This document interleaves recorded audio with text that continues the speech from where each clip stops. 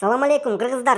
Кыргызстан деген сөздү укканда, ой балейин, эки көз төрт болуп, көкүрөктө зырт-зырт болуп, сагынып жүрөсүңөр анан мага окшоп. Эх, атам экен, сени мендей жакшы көргөн жан бар болду бекен деги. Бөлөк жер, бөтөн элде жүрүп, баркыңды эми түшүндүм го чиркин. Балейин, интернеттен сени көрүп калсам, ой балейин, ушунчалык сүйүнөм дейсиң. Жаман жагыңлык кылып калсам, түптүз жүрөккө келип сайлайт да, балейин. Туулган жердин топурак алтын деген сөздүн маанисин эми түшүндүм да, балейин. Эми жүрөбүз мына Москванын көчөсүн таптап, доставкадан доставлять этип коюп, уже всем достали, короче, ё-моё, и мне достало, и тебе достало, и всем достало. До такой степени доставлял, что всем достал дегендечи.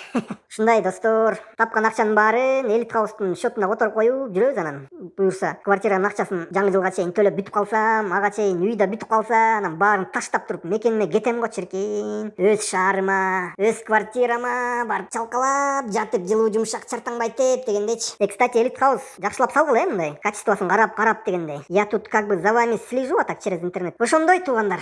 Пока есть силы, надо пахать. Если нужно танцевать, значит надо танцевать дегендечи, блин. Ар күнгө таарынып жүрөбүзбү, туурабы? Андай убакыт эмес да. Ана Москва, мына Москва.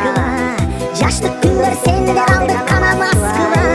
Жаштык мастура, ойноп кез тура. Кызык күндөр сенде өттү, ойноп Москва. Рапа-парапа, рапа-парапа, папа-рапа-рапа-пара-пара-пара.